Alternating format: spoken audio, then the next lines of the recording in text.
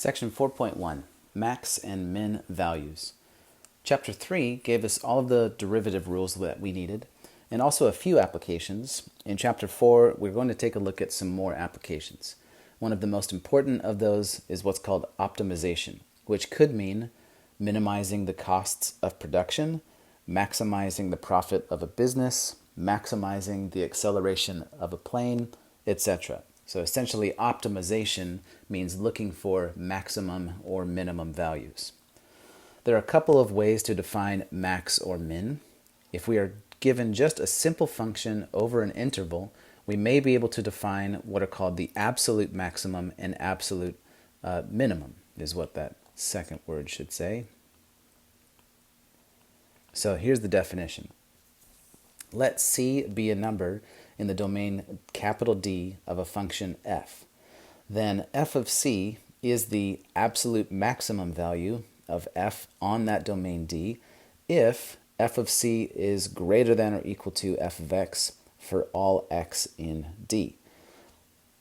On the other hand, f of C is the absolute minimum value of f on D if f of C is less than f of x for all x in the domain D. So as an example, think of a quadratic function.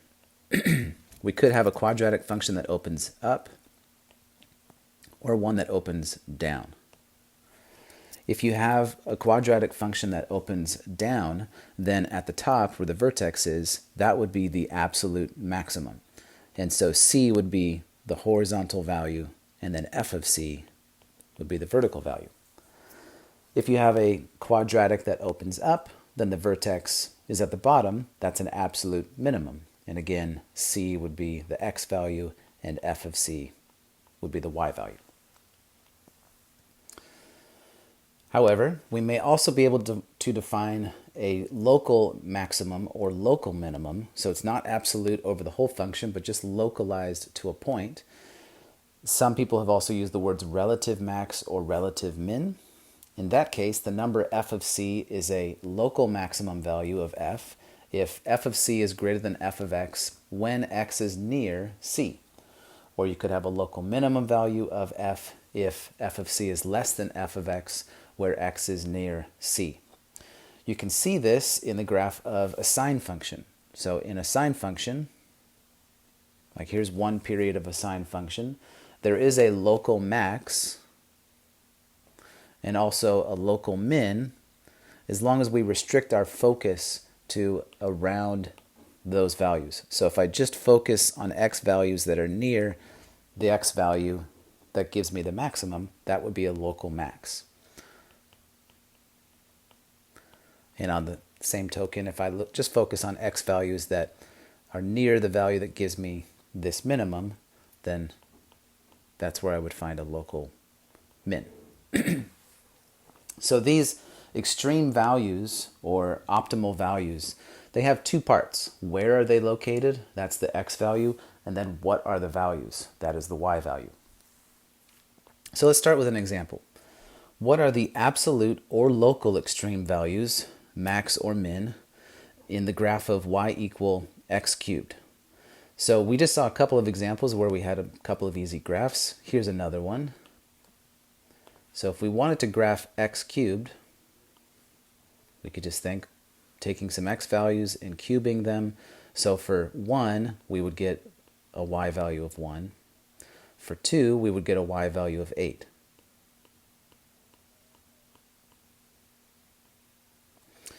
And then for the negatives, for negative 1, we would get a y value of negative 1. And for negative 2, we would get a y value of negative 2. Or sorry, negative 8. So then our graph just looks like this. So with this, because of the arrows, one's pointing up and one's pointing down, they continue in that direction forever. So there would be no absolute extreme values, max or min, because they don't stop. So you would never be able to say this is the highest value that's attained because the function keeps extending beyond that. Or you could never say this is the lowest value the function attains because it keeps on going beyond that. As far as local extreme values, same sort of problem. We can't really find some place where it looks like the function turns around, like on the sine function. We can think of these local max and mins as turning points. I have somewhat of a turn at the origin, but it doesn't ever turn around. It's still always going up, just sometimes at a slower slope than at other points. So there's also no local extreme values.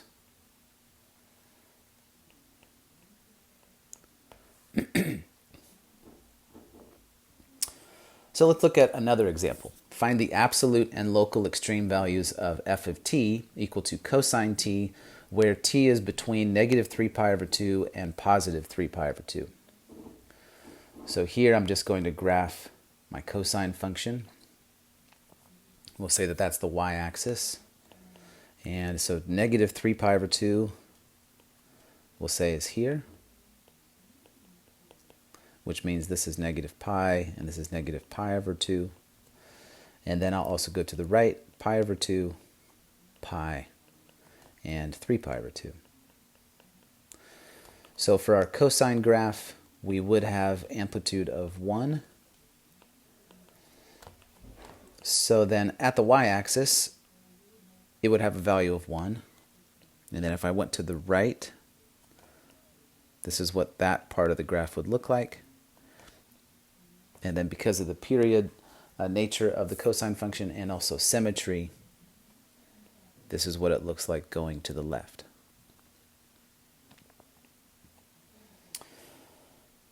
So since our domain is restricted here, we don't have these arrows that continue to the left and right. This is restricted just between negative 3 pi over 2 and positive 3 pi over 2.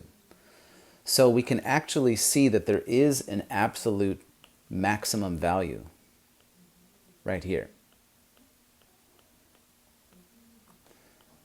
And it's located at x equals 0, and the absolute maximum is y equal 1. Then when we think of some absolute minimums, we do have an absolute minimum of negative 1. It just happens in two places. So even though it happens twice, one is not greater than the other. So they would both be the absolute minimum. So absolute min of y equal negative 1 at x equal negative pi and also pi. Both of those absolute max and mins can also be considered local max or mins, because if we just restricted our focus to where that point is, that also can just be thought of as local. So we can still think of those as local, but there are two other points that we can focus on, the end points of our interval here. If we just restricted our focus there, that's a local max at negative 3 pi over 2. And by the same logic, at x equal positive 3 pi over 2, that is also a local max. So the local max is 0, and that's at x equal negative 3 pi over 2. And there's another one on the right, local max of 0. Again, that's the y value at the x value, 3 pi over 2. Those two examples gives us a couple of other things to think about that we can now start to summarize in this theorem. That's right below this example. If f is continuous on a closed interval ab, then f attains an absolute maximum value f of c and an absolute minimum value f of d at some numbers c and d in that interval. So our previous example was a sort of proof by example. We saw that we had absolute max and minimum, and it was really because we had restricted our interval there. With the example before that, y equal x cubed, we didn't have a closed interval. We were just thinking of the graph over its whole domain, which is all real numbers. But if we did go back to that and just restrict, say, from negative 2 to positive 2, we would see that we could get absolute max and mins at those endpoints. So if we did restrict the graph to a closed interval, we would see the max and mins at the end of the interval. So now putting this all together, we've seen that at turning points on a function, the tangent line was horizontal, which meant that the slope was 0. We've seen that in chapter 3 specifically. So it should make sense that f prime of x equals 0 at those points where we have a local max or min. And this is in fact a theorem, what's called Fermat's theorem. If a function f has a local maximum or minimum at a value c, meaning an x value of c, and if the derivative at c exists, then f prime of c is equal to 0. So there's some important order to this wording here. If there is a local max or a min, so we have to have that, and if the derivative exists, we have to have that too. If we have both of those things, then we are guaranteed that f prime of c is equal to 0. However, the opposite isn't necessarily true. Just because the derivative is 0 does not mean we're guaranteed to have a local max or min. So for example, for f of x equal to x cubed, f prime of 0 is equal to 3 times 0 squared, which is 0. So we can notice that the derivative is 0 at x equals 0. But from our example before, we already know that f of x equal x cubed does not have any extreme values. So this is showing that the opposite of that previous theorem, Fermat's theorem, is not necessarily true. For another example, if we consider y equal the absolute value of x, we know what that graph looks like. It's just like a V. We've seen that y prime does not exist at x equals 0, at that point where those two lines meet. But we know that there is an extreme value at that point. That is the lowest value of that graph, as that's where the vertex of the graph is located. So Fermat's theorem doesn't help us always find extreme values, but the theorem does imply that where the derivative is 0 may be a good place to start looking for those extreme values. So to help us with that search, we're going to define what is called a critical number. A critical number of a function f is a number c in the domain of f such that either f prime of c is equal to 0 or f prime of c does not exist. With this definition, then we can reword Fermat's theorem as if f has a local max or min at c, then c is a critical number of f. Again, we're not guaranteed to have a local max or min wherever we get a critical value, but where those critical values occur could be a good place to look. So as an example for just how to understand this critical number, let's find the critical numbers of the function f of x equal to x minus 1 divided by x squared minus 4. So we need to figure out where is the derivative equal to 0 or where does the derivative not exist. So we need to find the derivative first. So f prime of x, now we can use all of our derivative rules. I have to take the derivative of the numerator, and if the numerator is x minus 1, the derivative of that is 1.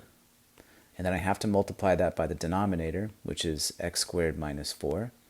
And then I have to subtract the derivative of the denominator, which would be 2x.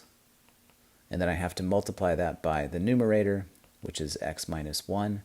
And then this is all over the denominator, x squared minus 4, quantity squared. So then simplifying a little bit of this, f prime of x is equal to, I'd have x squared minus 4 minus 2x squared plus 2x divided by x squared minus 4 quantity squared. And then finishing up with simplifying a little bit more, I get x squared, well, actually negative x squared, plus 2x minus 4 divided by x squared minus 4 quantity squared. So we need to figure out where is this function equal to 0 and where is it undefined. That will take some solving of equations, so it might be useful if we see if we can factor anything else with this rational expression and simplify it a little bit more. So I'm going to factor what I have here for f prime of x. So for my numerator, I would have a negative that I could factor out, x squared minus 2x plus 4. And if I try to think of how I could factor that, I need to think of two numbers that multiply to positive 4 but add up to negative 2. I'm not really going to be able to factor that. But the denominator, x squared minus 4, is x plus 2 times x minus 2. And I have that that would be squared, so those are my factors at least for the denominator. So, where is f prime of x equal to 0? If I have f prime of x equal to a fraction, it's equal to 0 wherever the numerator is equal to 0. So when negative times x squared minus 2x plus 4 equals 0. So since I wasn't able to factor that, I can use the quadratic formula. So the negative would just go away. So I would have x equal to negative b, which in this case would be negative of negative 2, 2 plus or minus the square root of b squared, which would be negative 2 times negative 2, or 4, minus 4ac, so that would be 16, and then divided by 2a, which would be 2. And so you can see here this was why this was difficult to factor before, since I have b squared minus 4ac is 4 minus 16. That's going to give me a negative, so these are only going to be imaginary numbers. So we don't have f prime of x equaling 0. So non-real solutions. And we need that value c to be a real number. If we think of where is the derivative undefined or does not exist,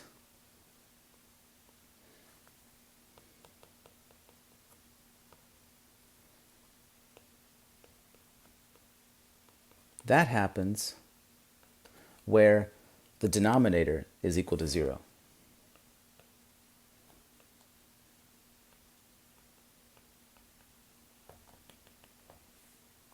So that's where those factors x plus 2 squared and x minus 2 squared equals 0. So x plus 2 equal to 0, x minus 2 equal to 0. So at negative 2 and positive 2. And so then these are our only critical numbers. So that's one example of just taking a function and trying to find out where is its derivative equal to 0 or what does the derivative not exist. So we only find two critical numbers, negative 2 and 2. So now putting all of these examples together, to summarize, we can now build a method for finding absolute max or min on a closed interval AB. First, find the critical numbers, just like we did in the previous example. Then find the values of f at the critical numbers, means plugging them into our function. Then also find the values of f at the endpoints, meaning plug in a and b into your function. And then compare all of those function values to see which one is the largest and which one is the smallest. So let's see that in one final example. Find the absolute max and absolute min of the function f of x equal to x cubed minus 3x squared plus 1 on the interval negative 0.5 to 4. So this is our closed interval, negative 0.5, comma 4. So first I need to find my critical numbers. So that means I need my derivative. F prime of x would be equal to 3x squared minus 6x. So first I have to set f prime of x equal to 0, which means 3x squared minus 6x equals 0. I can factor out a 3x, so 3x times x minus 2, and then I can set my factors equal to 0. and I get that x equals 0 and x equals 2. So there's two critical numbers. And then I would also need to see if f prime of x, can f prime of x not exist anywhere? This is the idea of a function not being defined. But f prime of x is a quadratic function. It's a polynomial. That's defined everywhere. So it exists everywhere. So no, it always exists. There's no holes in the graph. There's no vertical asymptotes. There isn't anything like that. It's a polynomial, so it always exists. So our only critical numbers are just those two that we found.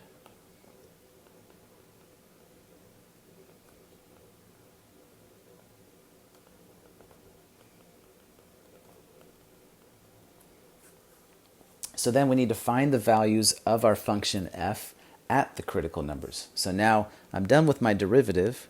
I have to go back and use my original function and plug in those critical numbers. So I need f of 0. If I plug in 0 for x in my original function, x cubed minus 3x squared plus 1, I'm just going to get 1. If I plug in 2, I get 2 cubed, which is 8, minus 3 times 2 squared, which is 12, and then plus 1. And so that gives me negative 4 plus 1, which is negative 3.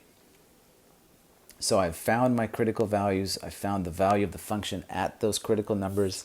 Now I need to find the values of f at the endpoints.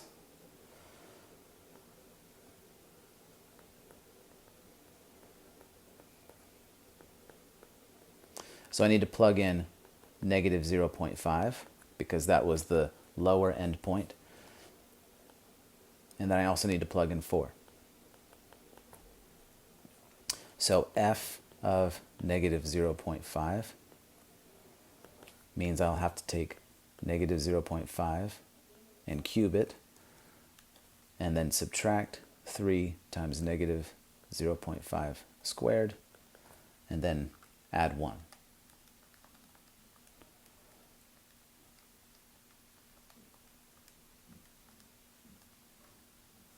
And what I get is 0.125. And then f of 4 would be 4 cubed minus 3 times 4 squared plus 1. So that's 64 minus 48. That's 16 plus 1 is 17. So now if I compare all of these, what I'm looking for are the largest of these 4 results that I got. So in this case, 17 is the largest. So I would say absolute max of 17 at x equal 4. And then the smallest of all 4 of those is the negative result. So absolute min of negative 3 at x equal